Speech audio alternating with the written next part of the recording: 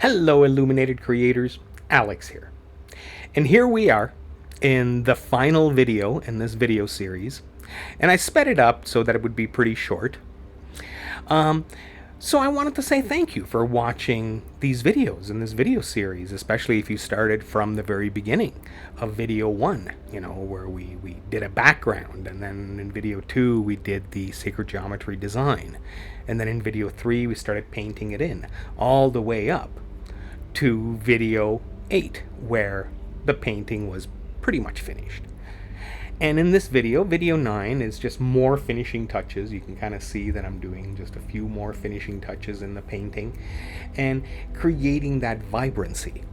Because as somebody taught me a long time ago, the more strokes of paint you put onto the painting, the more alive, the more vibrant the painting becomes.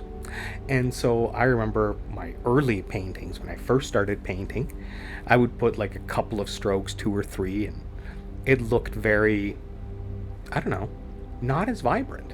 So this is my way of adding vibrancy to the painting. And at this point, the painting is pretty much finished. It's done. And so this is the golden triangle. That's what I've decided to name this painting. So thank you so much for watching, and I'll see you in the next video series. Bye for now.